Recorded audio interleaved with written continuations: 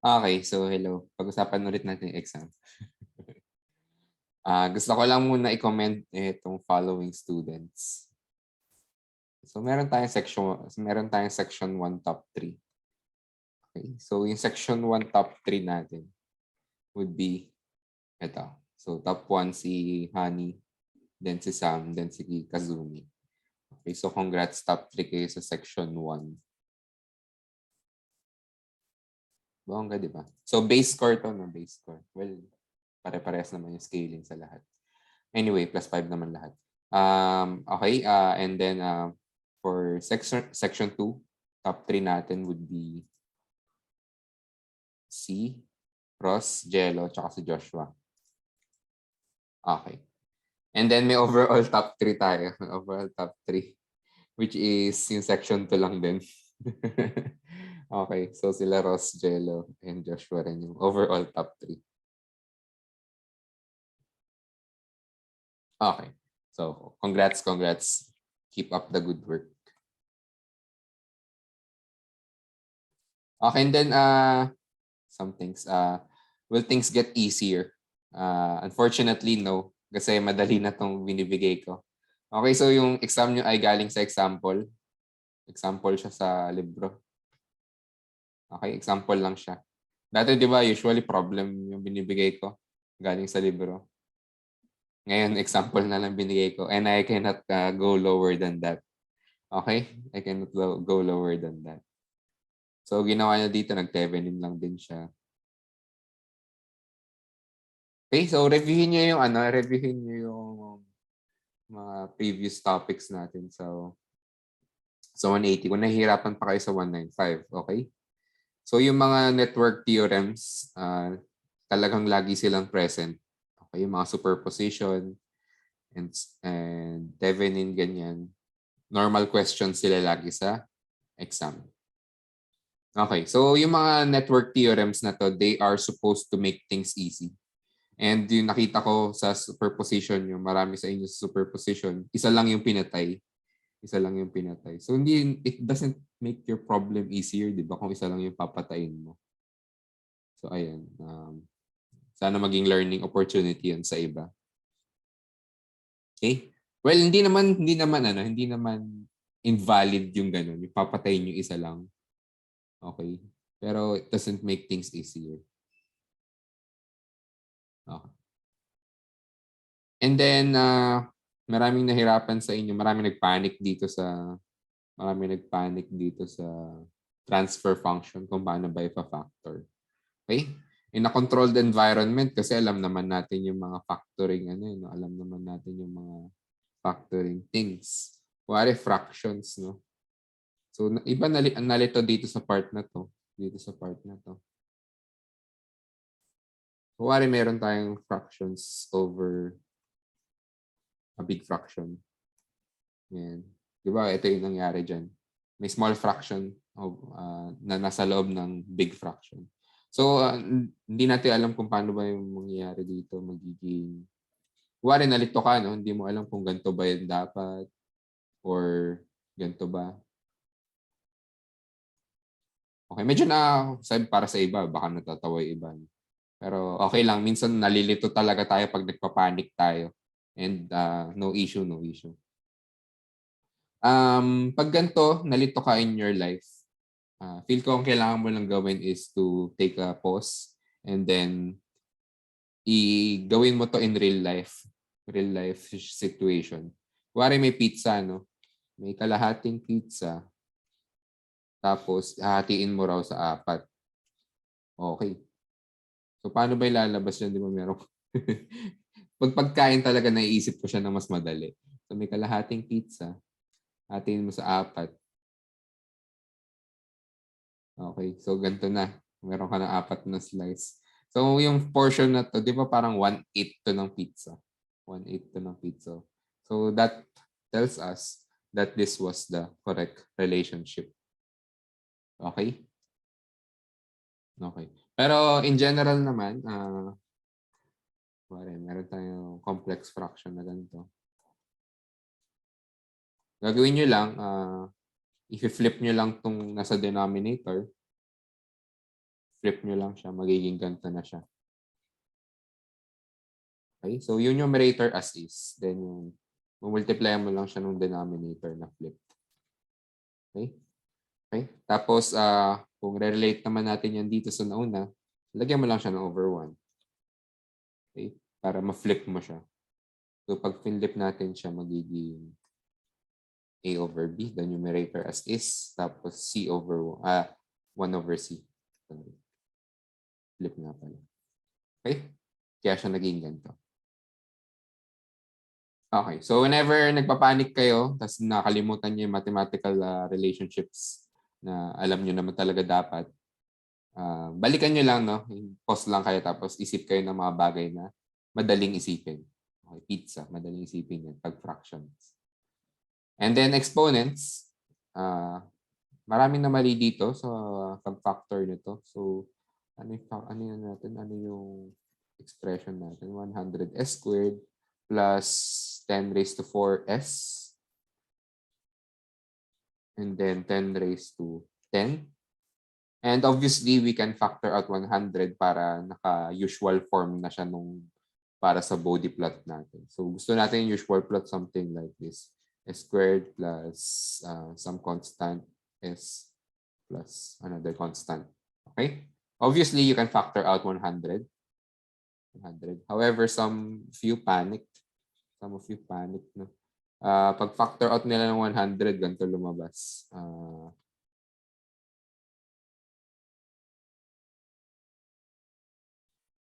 Ganito yung lumabas sa iba. Okay? So, paano ba dapat yung ano? Paano ba dapat kapag may two numbers tayo, a raised to x, b raised to y. Paano ba sila a raised to y pala? Sorry, dapat a raised to y. Kasi walang sense kapag ano. Paano ba sila mag-interact? So, yung confusion ay kung ganito ba or ganito ba. Okay. So, pag ganyan, nalito ka, nagpanic ka, nag-exam kasi, may time pressure. Balik tayo dun sa madali nating isipin, no? Kunyari,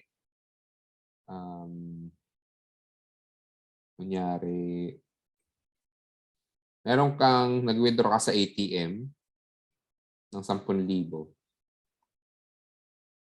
Okay, binigay sa'yo 1,000, 1,000s, tapos 10. Diba? 10. Okay. So, alam mo, ang sagot dito 10,000. Alam mo, kasi nag-withdraw ka nga ng 10,000, di ba? Tapos, pwede natin ilagay ito sa alam natin na form, which is 10 raised to 3. Tapos 10 raised to 1. Now, sabi natin kanina, meron siyang, nalilito ka nalilito ka sa nangyayari. Kaya pwede mong gawin 10 raised to 3 times 1 or 10 raised to 3 plus 1. Okay? Try mo evaluate. Ito ay 10 raised to 3. Ito ay 10 raised to 4. Okay, so the first thing doesn't make sense kasi alam mo, winidraw mo 10,000. So dapat ito yung sagot. So na-build mo yung relationship na nakakalimutan mo. Okay? So nangyari dito, dapat magiging 10 raised to 8 lang. Baka nalito kasi kayo dito sa part na to. Dinivide ko ba 2 by 2 or binawasan ko lang ng 2? So medyo safe dito sa gitnang term, sa gitnang coefficient. Tapos nangyari na dito, nagkagulo-gulo na. Okay? Okay, and then sa denominator part, maraming hindi nakakuha. But sabi ko nga, pwede kayong magdala ng calculator and yung calculator nyo, marami siyang powers na hindi nyo alam na baka hindi nyo pa na-explore. Okay, so paano ba to gagawin sa calculator? Magkakaroon tayo ng crash course a little bit. So yung calculator ko ganito, hindi ko alam kung parehas ba sa calculator nyo. But mahanap nyo yan, ma-explore nyo yan in your own calculators kung hindi ganito yung model nyo. So ito yung clash na class whiz. Okay, so first things first, punta ka sa menu. Menu setup. Yan. Pindutin mo yan and then magre-result yan dito. Okay? So sa resulting screen, ayan, meron tayo maraming ganito. Okay, in other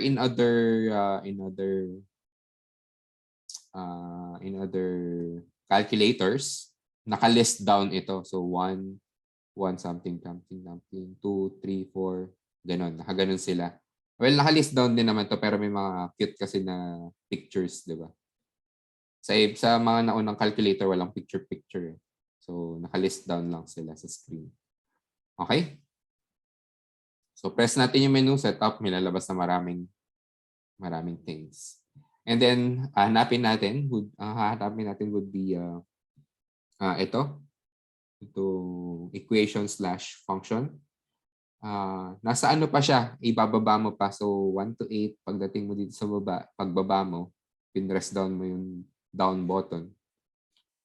Mag-down button ka.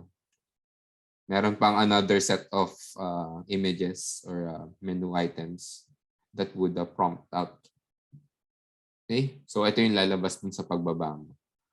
Okay. So, ayan. Kita natin dito. Punta tayo dun sa A, sa equation/function. To enter this mode, press nyo lang yung A button, which is yung ito. Ito yung A button. Okay, so after pressing that, lalabas kayo dito sa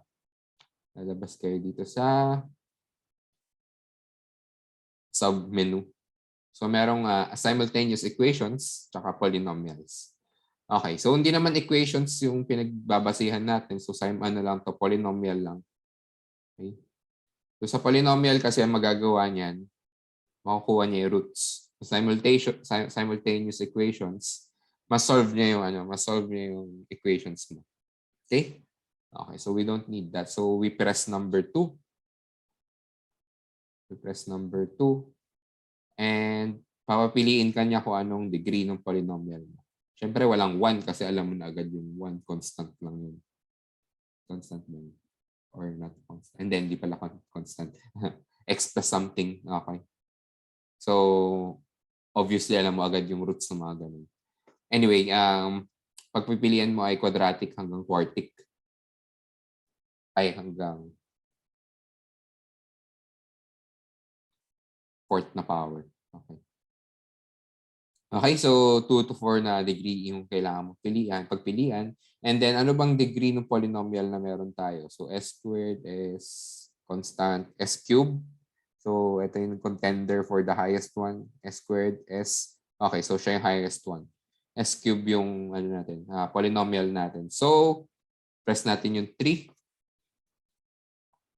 3 and this will be the resulting menu or screen. Okay, so meron ka makikita x cubed, x squared, x plus constant. So ito yung form niya, ax squared plus bx squared plus cx plus d.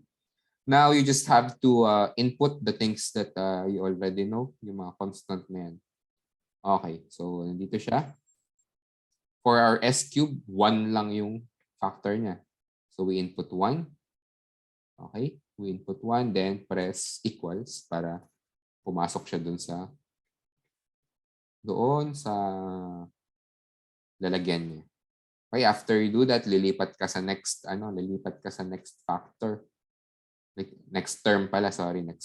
So x squared na term na tayo. So ko-collect mo lang lahat ng s squared. So we have 2 times 10 raised to 6 or 2 million plus 10. So 2 million plus 10. Okay, so that's for s squared. So wala nang iba, di ba? Silang dalawa lang. Okay, s squared. Okay, so that's for s squared. And then for the x term or the s terms, so ayan, ito, tsaka ito. Okay, so 20 times 10 raised to 6. 20 times 10 raised to 6. Ito yun. Plus 10 raised to 12. Ito yun. Okay? Then equals, again, equals lang para mag-lock in siya dun sa position na yan. And then lastly would be the constant. That's 10 raised to 13. Siya na lang yung constant, di ba? Wala nang ibang constant.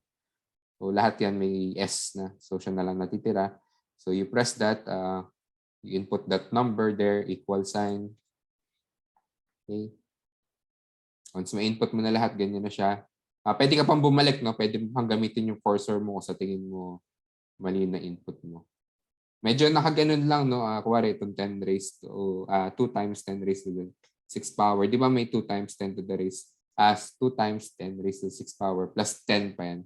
So, hindi niya lang ma-input kasi maliit lang yung space niya. Pero, pag tinutok mo dyan yung cursor mo, lalabas yung inad mo kanina. Okay? Okay. So, after doing this, you press the equal sign. Equal sign. Pupunta ka dito. Ang gagawin niya, ibibigay niya sa iyo yung roots na ng ano, yung roots ng polynomial mo. Okay? Ibibigay niya yung roots ng polynomial mo. And then for yung kung ilan yung degree mo, 'di ba? Kung ilan yung degree ng polynomial mo. Ganun din karami yung yung roots mo. Okay? So kung gaano karami yung degree, ganun din karami yung roots mo. So in-expect natin there must be 3 roots. 3 roots dapat meron tayo dito.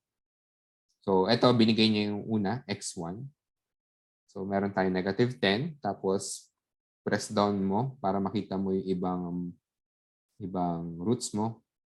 So, x2 would be negative 1 million. Okay. So, unfortunately, hanggang 2 lang yung nabigay niyang roots.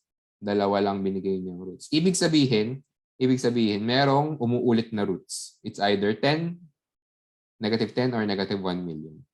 Okay, so going back, yung magiging form nito, magiging form niya would be something like this. So, ibig sabihin, pag nakuha mo na yung roots, pwede mo na ma-factor yung polynomial mo. So, it's either, babalik ta rin mo yung sign, syempre. S plus 10, o di kaya S plus 10 raised to 6 yung choices mo.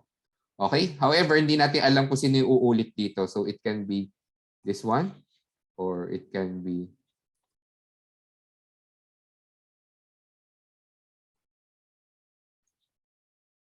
this one. So, it's either, bigyan natin ng label, A or B. Okay, pero from here, madali na siya. You can actually expand this. Tapos tignan mo kung babalik ka dun sa equation mo. So, trial and error na lang. Makikita mo na dito kung sino yung tamang factoring. Okay? Okay. So actually, pwede mo lang eyeballin from here. I-square mo tong 10 raised to 6. Magiging 10 raised to 12 siya. Tapos, yung 10 raised to 12, pag dinagdagan mo, minultiplyan mo pa ng 10, magiging 10 raised to 13. So, hanapin mo lang yun. May 10 raised to 13 ba? Okay, meron. Sa kabila, pag yung constant, tinignan mo naman sa kabila, ang mangyayari ay 10 raised to 2 times 10 raised to 6. 10 raised to 8 lang yung kaya nung maabot ng mga constants dito. So, ganun. Wala naman 10 raised to 8 na constant dito. So, definitely, yung letter B yung tamang factoring nung equation sa denominator. Ay, yung polynomial sa denominator. Okay? Okay, so that's how you use the factoring sa calculators. So magiging staple questions kasi yung pag-akuha ng body plot ng device kasi kailangan natin makita yung response ng device mo. So magiging paulit-ulit na mga tanong tong mga bagay natin. Thevenin. Okay? Okay. Bakit ko ginagawa to? Guys, graduating na kayo. Yung mga bagay na ganito, sana dapat napapractice nyo siya. Kasi yung mga preparations nyo, yung pagpe-prepare nyo sa NMAT or sa Masters, those will be all for naught kung babagsak kayo dito sa class na to. Meron na tayong may failing grade na tayo for this. And pag nabagsak nyo to, yung opening pa nito ulit would be next next academic year, first sem. So that would be 1 year. Okay? So that would be 1 year. And wala akong magagawa, no? Wala akong magagawa kung masyado mababa yung grade nyo. Okay? So pinapadali ko na lahat nung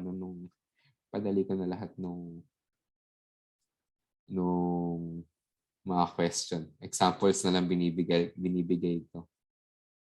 Okay, so kung nahihirapan talaga kayo, yung math naman ay muscle memory lang ang math. Okay? Kapag ginawa mo siya ng ginawa, you get better at it. Paulit-ulit mo lang gawin. Okay. So practice.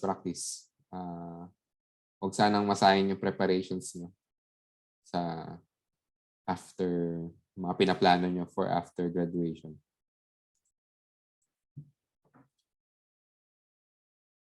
Okay.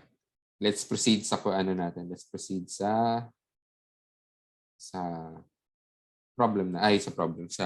lesson natin. So magbibigay ako ng other OpAmp circuits. Maikli lang to, 2 example lang. Pero baka malito kayo. So let's take things slowly. Next meeting, other OpAmp circuits. Pero kasi next meeting, may capacitor na. So hindi ko siya isisiksik ngayon. Baka information overload na. Okay, sige. So other OpAmp circuits tayo. Meron tayong adder circuit. Okay, itong adder circuit natin, ito siya. Actually, mas familiar siya kung i-ayos natin ng onti yung drawing. Kaya ako siya pina-exam kasi ganito itsura niya.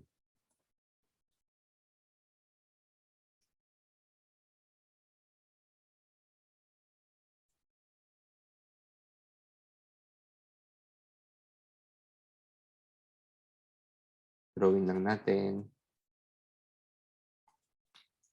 Okay, so inayos ko lang tong part na nandito. Tinayo ko lang siya. Para ka-pattern niya nasa exam natin. Okay. V1, V2. Tapos may wire daw. So, ganun. Papunta sa negative ng OpAmp. And then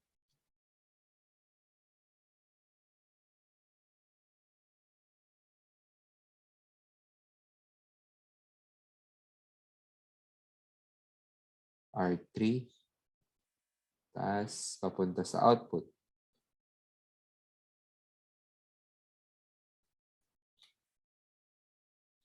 So, niredraw ko lang. Tapos ito ground. Okay? Niredraw ko lang siya para maging familiar yung other. So, ito kasi, di ba, yung sa exam natin,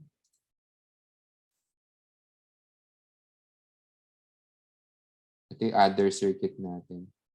Kapag pinaparehas mo yung pinaparehas mo yung resistors, magiging weighted sum lang yung resulting Thevenin voltage nito. So in a sense, itong gantong circuit, tanggalin mo lang yung R load, adder circuit to. Adder circuit. So nag-add yung circuit na yan. Okay, so ganito siya. And let's try to do it. Pag nakita ka ng ganito, as usual, KCL lang. Huwag ka matakot. Huwag ka magpapanik. KCL ka dun sa marami nakakabit dito. Okay? So, assume ko na ganito. May current dito. Tapos, lalabas dito. Okay? Dito walang dadaloy, no? Walang dadaloy dyan. Kasi walang current lagi dito sa mga immediately katabi nitong mga input ports ng OpAmp. So, walang current dyan. Wala rin current dito. Okay, anyway. Let's KCL at those points. We have V1 minus V minus all over R1 and then plus, kasi magsasama sila, di ba? Lahat going in lahat. So, V2 minus V minus all over R2. Then all is equal to the one that is going out. So, V minus VO. And then all over R3. Okay? And then, yung VO natin, alam natin na siya ay A V plus minus V minus, where A is a very large number. So, ang kailangan lang natin, i-separate si V minus so that we can plug this thing here papunta dun sa relationship na to. Then, isolate VO, tapos makukuha natin VO in terms of something. Okay, so as usual, iwalay natin itong mga bagay-bagay para mas madali. V2 over R2 minus V minus over R2. So, i-isolate ko lang para kumpul-kumpulin natin yung mga like terms. Okay. So, yung mga may V minus, lipat ko sa kanan. Okay? Pakanan sila. Kasi nandito yung mga negative, di ba? So, mas madali na gawin ko silang positive. Yung V1 over R1 stays the same plus V2 over R2. Tapos, itong si VO, lilipat ko rin. Kasi gusto ko nasa kanan lang lahat ng V minus. So, ito ay magiging plus VO over R3. And then, equals V minus over R1 plus V minus over R2. And then, yung term na to, retain lang. V minus over R3. Okay? Klaro? Wala pa namang magulo. Okay. Now, I can factor out V minus. And then, we have R1, 1 over R1, 1 over R2, 1 over R3. Okay, let me call this letter B. Letter B. Para lang di ako mapagod in life. Okay, and then I know that my V minus is just, copying ko lang to, V1 plus V2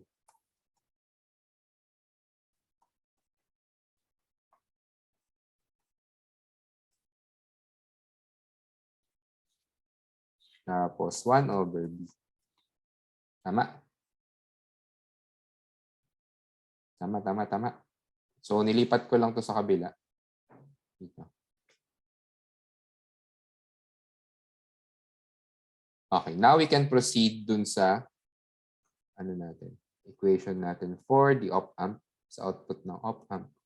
A, V plus. Ano yung V plus natin? Tingnan natin na maigi. Yung V plus na connect sa ground. So, yung voltage na nare-receive nito would be 0. 0 minus V minus. Okay? So, this is negative A. Tapos, yung V minus natin would be V1, R1,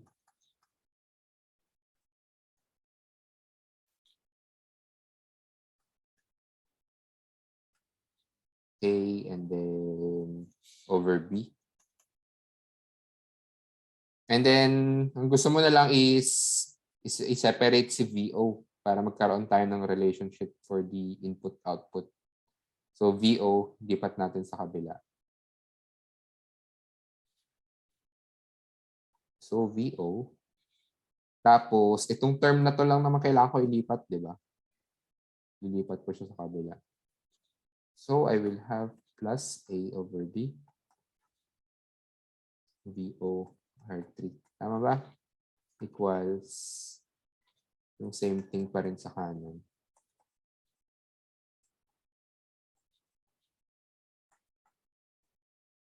Okay? Okay. And then, ito na. Palapit na ng palapit. Factor out VO, may mga terms na matitira.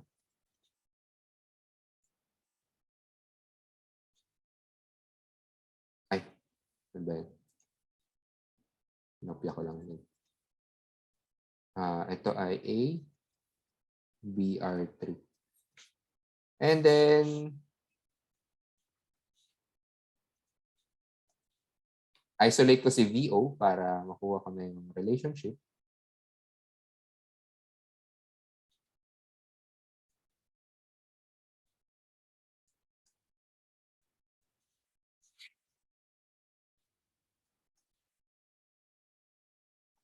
Okay. And then we do the approximation that A is a very large number and ma-overthrow itong 1. So I have negative A over B.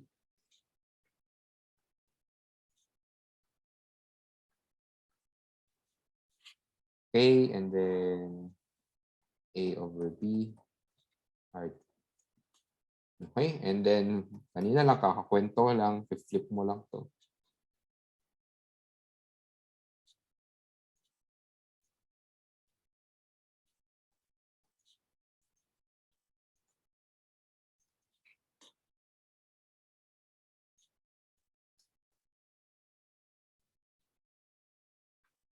Okay. Ay, R2. Then, V2 over R2 to.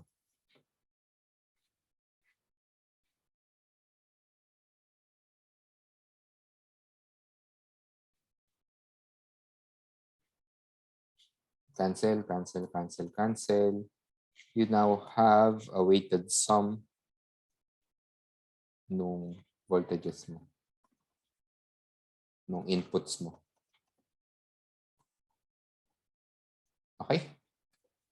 So, kung wari R1 is equal to R2, so, magiging ito ay R3 over R ng V1 plus V2. Kung parehas yung R1 and R2. Tapos, mas-scale mo na siya appropriately as kung paano amplification mong gagawin dito. Okay, so ayun yung other circuit natin. Tama, di ba? Negative R3 times yung V1 over R1 plus V2 over R2. Now, there is a little bit of a simplification. Pwede natin i-simplify yung pag-solve natin actually. Pwede natin gawing V plus minus V minus approximately equal to 0. Okay, so ibig sabihin lang nun, in-imply nito na V plus is approximately equal to V minus. Okay? Pwede mo siyang gawin kapag yung OpAmp not saturated. Ibig sabihin ng not saturated ay yung nasa input mo, V in is less than V supply. Okay? Yung supply voltage dun sa OpAmp mo. Okay? And usually, ito naman ginagawa natin. Kasi syempre, yung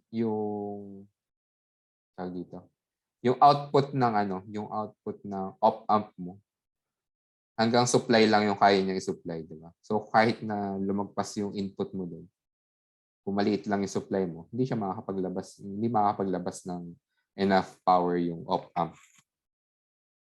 Okay, anyway, so itong constraint na to, gagana lang kapag not saturated, tapos yung feedback mo ay negative. Ibig sabihin, yung output nakakabit sa negative input. So, output nakakabit sa negative input. Okay, so let's try to do this simplification. Ibig sabihin lang daw, pag ginawa natin doon. So, pwede natin apply dito, no? Kasi negative feedback. Tapos, pwede naman natin sabihin na V1 and V2 are less than the supply voltage na sinusupply dito. Okay? So, ibig sabihin, V plus approximately equal to V minus. And what is V plus? Ground. Ground, di ba? So, pwede natin i-zero out to. So, zero out mo lang to. Zero out, zero out, zero out. So we have, green na lang natin, V1 over R1 plus, so nag-zero out lang yung V mga V minus, no? V2 over R2. Tapos equal siya sa negative VO over R3.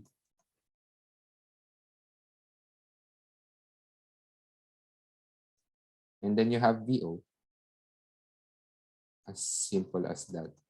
So negative R3 times V1 over R2, V1 over R1 plus V2 over R2. Okay? Di ba ito yung result natin? So, ang dali nung trick. Okay, so basta satisfied yung dalawang conditions. Pwede mo siyang gawin.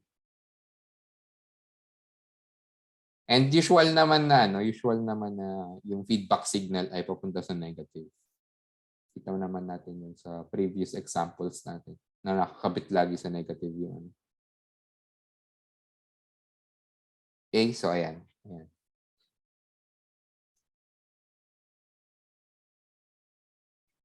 So meron tayong subtractor na circuit. So meron tayong adder, meron din tayong subtractor. Okay, so gusto natin kunin yung difference ng V1 and V2. That's our goal. Ito yung subtracting circuit. Medyo complicated siya, no? Okay. And as usual, kapag complicated na yung things and involving a lot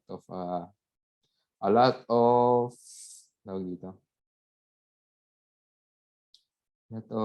supplies, maganda mag-superposition. Okay. So let's try to do that. So first things first, patayin ko muna si V2. Again guys, pwede kayo magpatay ng maraming supplies, kahit 5 yung patayin nyo. Basta ang point ng superposition ay titignan mo yung effect ng isa lang. Okay? Titignan mo effect ng isa lang para hindi ka mahirapan in life.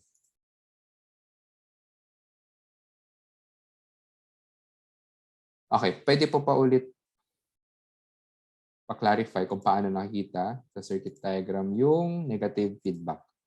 Ayan, pag negative feedback, yung output mo nakakabit sa negative input. Sa negative nung OpAmp. Output papuntang negative. Okay? Balikan natin yung other examples. Yung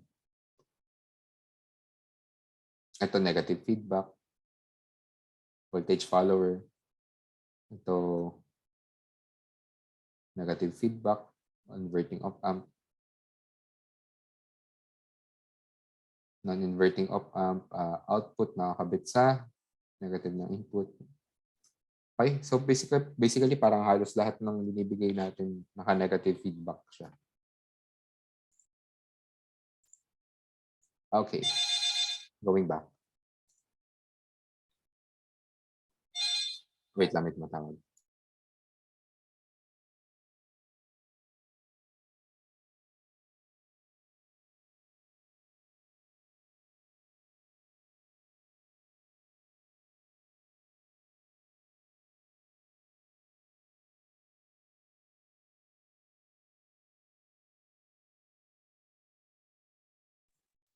Laging may narorong number ng ganitong oras dito sa amin. Nakairita.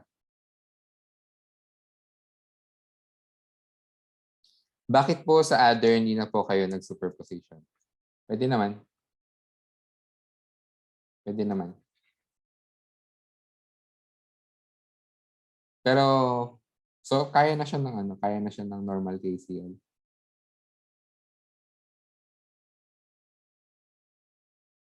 You can try it on your own. Mag-superposition ka dito, pwede. Ang magbabago ay yung sa paggawa mo ng KCL, magiging 0 minus V2 in this part. 0 minus V minus.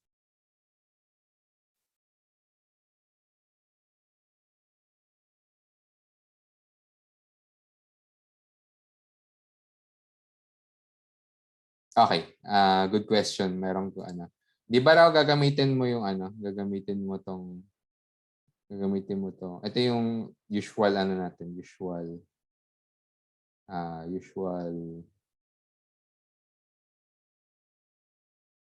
OpAmp characteristic equation. So, paano ba ginamit mo dito sa V plus approximately equal to V minus? Hindi ba magsi-zero out lang to? Indeterminate yun actually kasi zero ito tapos ito very large number. Okay? So, hindi mo siya, you cannot say na zero to. You cannot say na zero to. Okay? So, zero times infinity. You can conclude something about that.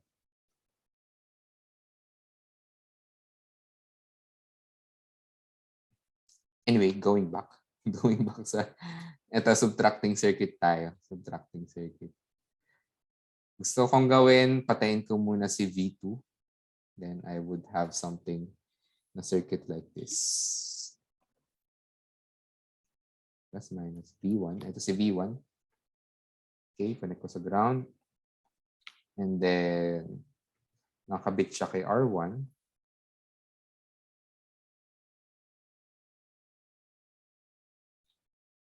And then R2.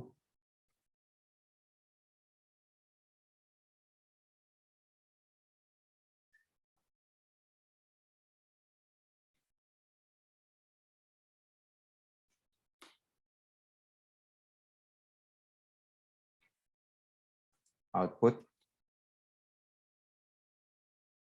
Okay, and then pinatay ko tong si R3. So magiging wire lang to dito. Si R4, as usual pa rin. Same lang, wala nangyari sa kanya.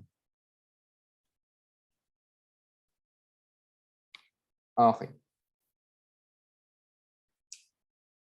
Since no current flows here, di ba? No current flows here. Alam natin na agad na yung potential dito ay 0. Potential dito ay 0. Okay? Okay. Convinced ba? Hindi convinced. Sige, magano tayo. Maglagay tayo ng labels. VA, VB. So, VA, alam natin, automatic ground, 0. VB, we don't know. So, mag-KCL tayo. 0 minus B. 0 minus B must be equal to the current in that part. And then times the resistance R3. But then, sabi nga natin, walang pwede pumasok dito. Taga-feel lang to ng voltage. Walang pumapasok na current dito sa mga plus minus dito. So therefore, 0 yung I, tapos 0 yung I, and that means B must also be 0. Okay? Okay, anyway. So ayan, kung di kayo sure, pwede kayong magganto-ganto. You take things slowly. Pag sa exam. Okay, anyway. So itong part na to, you can just imagine that nakakabit lang to sa ground. And this is our previous circuit, which is yung inverting OpAmp. Diba? Ito lang yan. Inverting OpAmp lang siya. And the equation for that is negative RB over RA times yung input voltage. And in our case, this is so VO1 would be negative R2 over R1 times yung V1. Tama ba? Mamaya nalito ako. So yung RB, yung mas malayo sa input. Okay. So R2 over R1. Okay? Okay. So next naman, patayin natin yung V1. So V1 off. V1 off. So ito naman yung mamamatay and then we have something like this.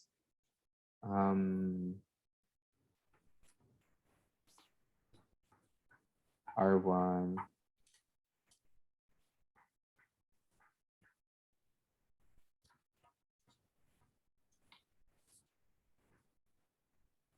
So, naging wire na lang sa V1.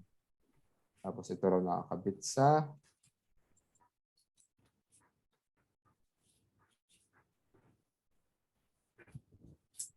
plus minus. Tapos, nakabit sa R2. Negative feedback pa rin. Walang magbabago dun. Output. And then, sa plus, naka-open yung V2 natin. V2. And then, R3 and R4. R3 muna nadaanan ni V2. That's R3. And then R4. Ay, sumubra. R4 connected to the ground. Okay? Okay. Okay, paano natin ito intindihin? Ayusin ko yung drawing, no? Itong part na to, iusog ko lang yung wires papunta dito. So, sige, drawing muna natin yung OpAmp. Pwede tayo mahirapan ng left. OpAmp. Minus. The output ng OpAmp. Straighten ko yung wire dito. Straighten ko yung wire sa R2.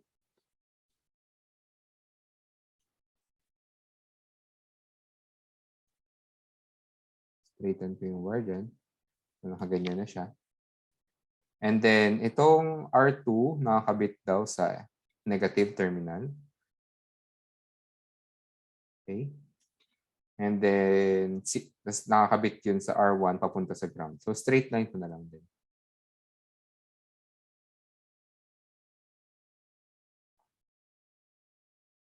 Okay. So, is this familiar? So, wag muna natin drawing nandito sa plus. Is this familiar? So, balikan natin yung nasa lesson natin last time.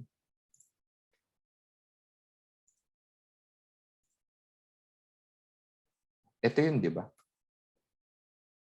So, output, may isang resistor, tapos kabit sa negative, tapos isang resistor, ground. Ito yun, di ba?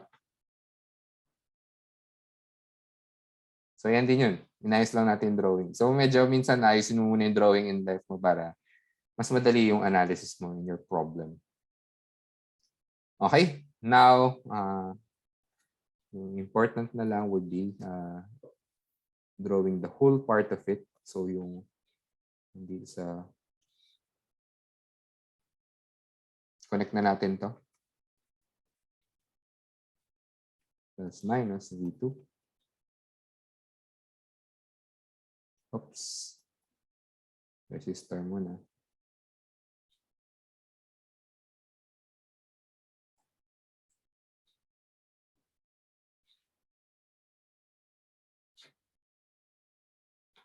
Okay? And then, you don't have to mind this. You don't have to mind this. X na lang natin. So, this part is just a simple circuit, no? A simple circuit lang siya. Tapos, gusto mo lang naman malaman yung voltage dito. Tapos, yung voltage dito, i-relay niya dun sa plus. Okay? So, wala namang current dito actually. Walang current dyan. So, yung voltage lang dito important and yung voltage there is just voltage divider. So, V plus is actually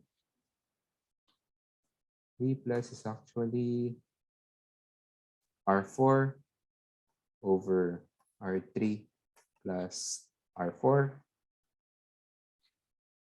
tapos V2. Okay? Tama ba? Okay, and then we're gonna use this. We're gonna use this to find our output. So yung output natin, alam na natin.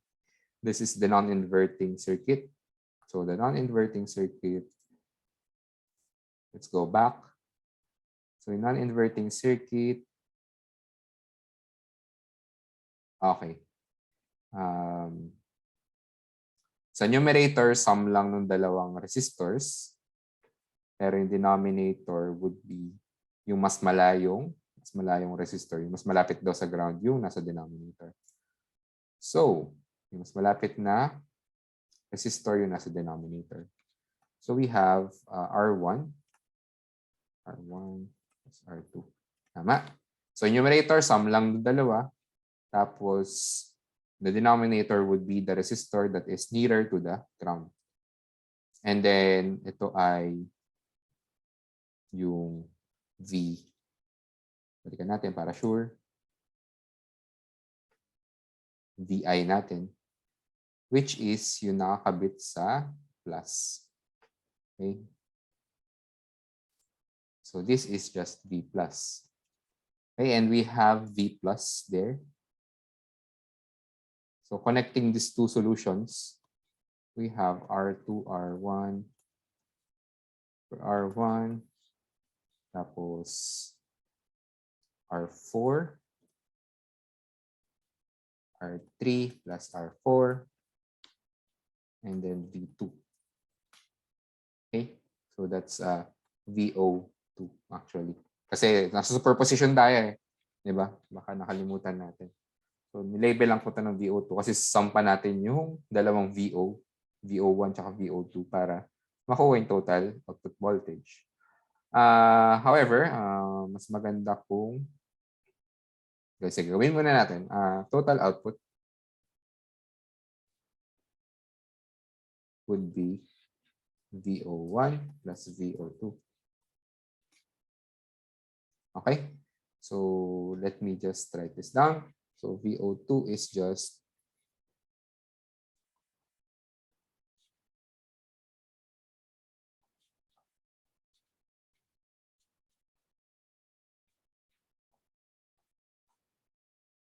okay, kinokopya ko lang yung VO2. Tapos, dadagdag doon natin yung VO1. But yung VO1 ay negative. Di ba? Kasi inverting to. So, minus R2 over R1, V1. Minus R2 over R1, V1. And then, hindi siya crystal clear. So, we want to tweak. We want to tweak yung ano natin, R3 and R4. So, I can have R4 to be equal to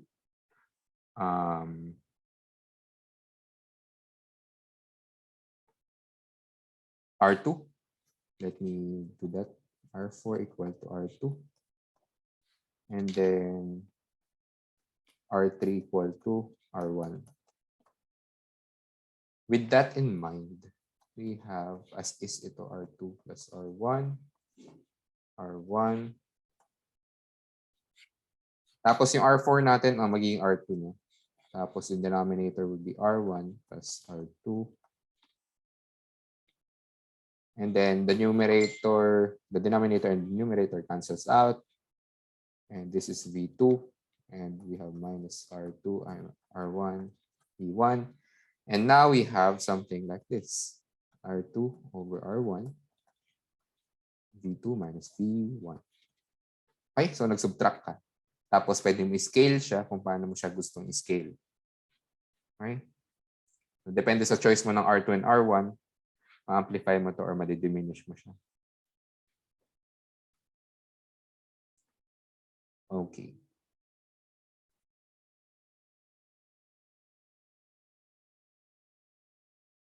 Okay, I think that ends the lesson. So, puro OpAmp tayo. Marami tayong OpAmp na mga bagay-bagay. So, sa exam, OpAmp. Make sure na may OpAmp. Okay.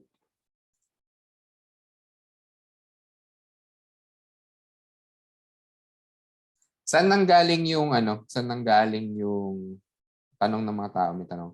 Saan nanggaling tong choice na to? Saan nanggaling tong choice na to? Yung choice na yan, by inspection. By inspection. By inspection mo siya makakuha. Okay. So by experience. By experience siya nakukuha. Okay, so you can tweak this as much as you want. Ang point ko lang ay gusto ko lang maging equal yung coefficients nila. Maging R2 over R1. Okay, so kung gusto ko maging R2 over R1, makikita ko dito na yung R4, mayroon akong R4 over R1. So pwede ko sabihin na R4 is equal to R2. Tama? So R4, R1, magiging R2 over R1 na siya. Now, my only problem is canceling these two out. So R3 has to be R1. Ngayon yung thought process ko. Okay? Anyway, pag bumuo ka naman ng circuit, kapag nakita mo na yung circuit na ganito na siya, then you can definitely use the equations for the subtractor, which is this. So pattern recognition lang tong pattern recognition lang yung maraming kaganapan sa exam.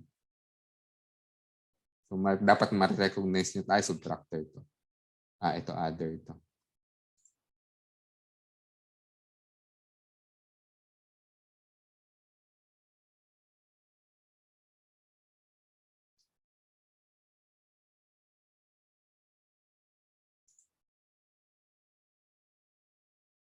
Okay, may tanong sa atin.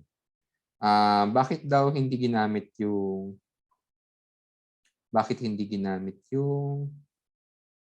dito? Bakit hindi natin ginamit yung characteristic equation natin for the OpAmp?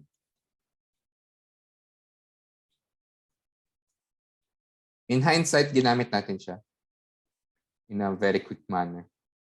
Di ba yung pagkuha natin sa solution nung sa inverting case, gumamit naman tayo nito. Automatically lang natin nalaman na ito yun. Okay, ito na yung shape ng inverting. I can already use this result.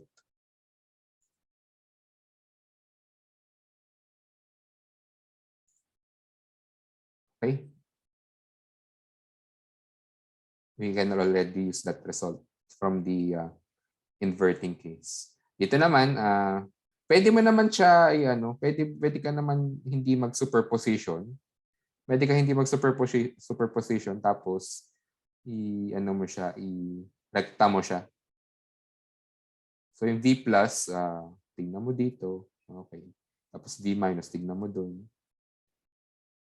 Actually, ganun din lalabas para karang din ng superposition. Yung V minus dito, kung di ka mag-superposition, ganun pa rin naman siya. Okay. So magki-KCL ka dito. So you have V1 minus R1. V1 minus V minus all over R1 equal siya sa current going out, which is V minus VO all over R2. Okay, you separate V minus and V minus and VO. Tapos you have an equation for V minus, you have an expression for V minus. Tapos for this part, ganun din, voltage divider ka, would actually result to something. Tapos makakuha ka ng equation for V plus. Tapos plug in mo yun sa characteristic equation.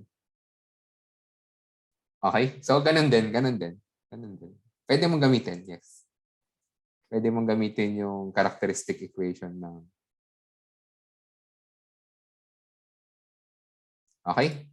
So, ang ginawa lang natin, tinry natin mag-superposition, tapos tinry natin kung makikita natin yung mga previous OpAmp circuits natin. So, kasi kanina nakita natin, meron tayong inverting, tapos meron tayong nakitang non-inverting, tapos nagamit natin yung mga results na.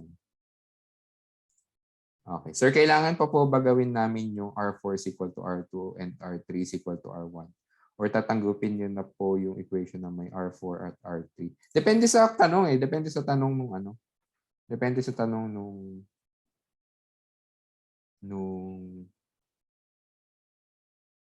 Depende sa tanong sa kung saan man. Okay, ang point lang nitong pag-equal na to, is para makuha mo yung expression na ganito. Okay? But yung general form of the solution for the subtractor would be this part, this guys. Okay? General form to. Ito specific form lang such that makukuha mo yung something like this.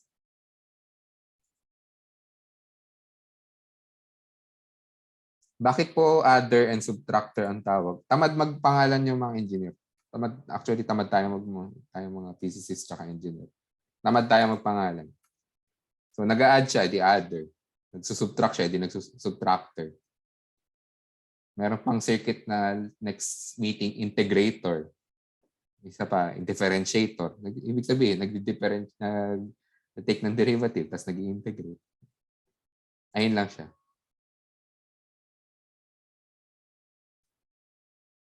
May limit po ba yung V1 and V2 sa subtractors? May limit siya in a sense that yung sum nila dapat hindi lalagpas nung supply voltages. Okay. So yung supply voltages yung nagde-demand lagi ng mga bagay-bagay. Explain ko rin pala next lab meeting, no? Kung anong nangyari dun sa previous meeting natin. Kahapon. Okay, kung bakit siya weird na graphs. Okay? Okay. So, ayan, huwag kayong mag-alala doon sa grade nyo. Minimal lang yung minus sa pagpapanik nyo sa paggamit ng oscilloscope. Okay? Okay. Sige, any questions? Any more questions? Okay, kailan tayo magsa-second exam? Good question. Definitely after reading break. Definitely after reading break. So reading break ay 20 to 26. Tama ba? 20 to 26. Ano ba yun? Pangit naman nila mag-schedule. Hindi na lang nila ginawang 25 to 31 para dire-diretso yung bakasyon. Ano ba yan? Pinutol pa nila, binigyan pa ng pasok sa wait lang. Mag-scour ako ng ano. So, natitirang lesson na lang natin would be, wait a minute. Yung RC circuit for the OpAmp.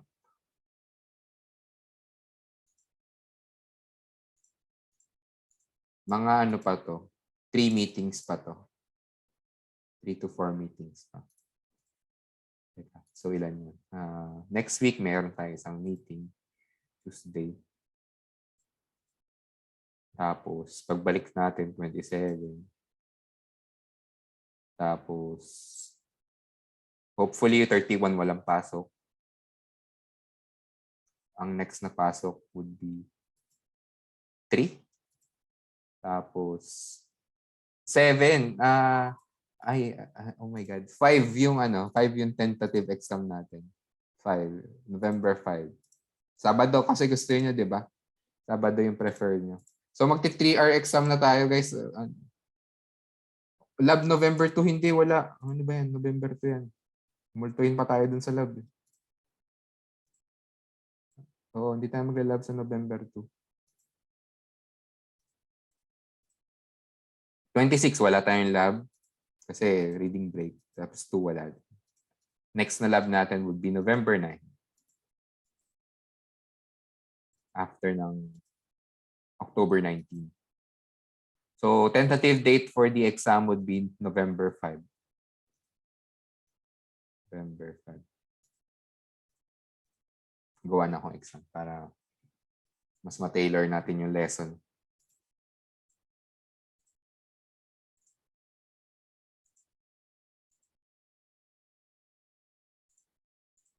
Okay, ano yung difference ng amount ng question? So isipin niyo na lang pag nag 3-hour exam kayo, dalawang question tapos 1 to E. A to E. Gutom na ako. A to E na yung ano. Kasi di ba A to D yung ano? A to D yung sub-items. Hindi ko nga alam ba't tayo nung 3R exam. Okay. And then as usual, open notes, calculators, go crazy sa calculators.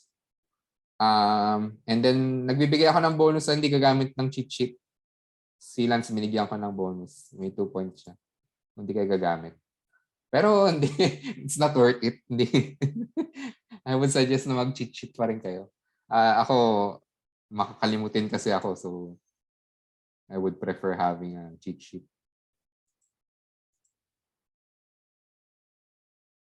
Oo, 2 problems pa rin. Well, baka magbigay ako ng 3 problems. Tapos yung isang problem, 2 sub-item lang. Ganun. Tapos baka may may mga tanong na essay. Dahil may mga topics na tayo na diniscuss na kailangan ng essay. Hindi nagsasolve.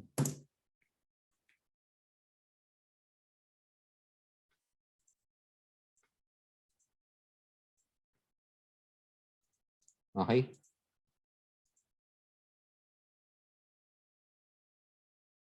Sir, meron po atang members ng class na may NMAT on November 5 to 6. Sinong may NMAT on November 5 to 6? Sino pa? Okay. Okay, di tayo pwede mag-exam sa November 5. Pwede ako mag-ano. Okay, sige, babaan nyo na yung kamay niyo. November.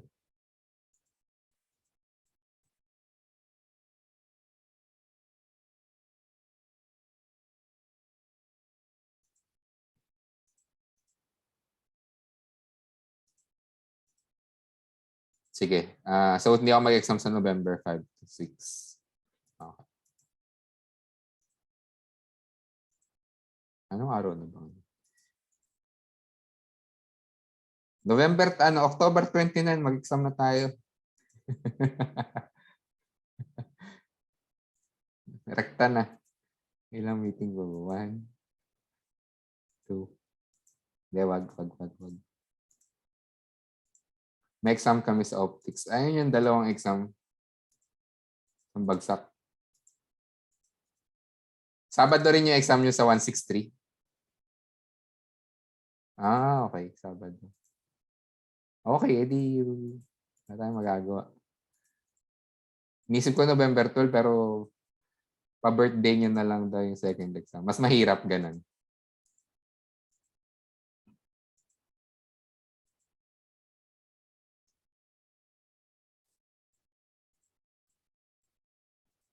Sige, tingnan natin. We'll cross the bridge when we get there. Pero probably those times yung exam. Okay. Pwede naman tayo November, yung next weekend, November 19. Okay. Tayo tayo November 19. Sakali lang. Inisip ko kasi sa 12, magse-celebrate lang din ulit ako ng birthday ko eh. So, ayan. Kaya binablock out ko siya. Pero pwede naman celebrate sa 5 and 6. Okay, anyway. Sige, may questions pa ba?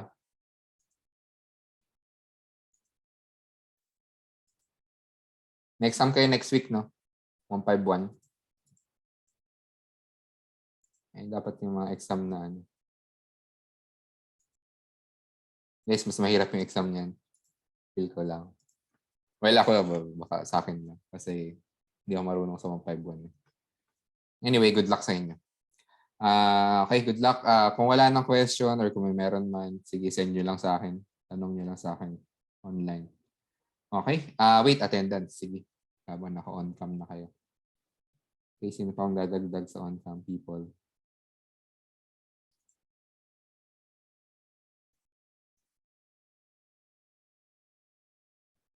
Okay. Sige. Anyway, smile.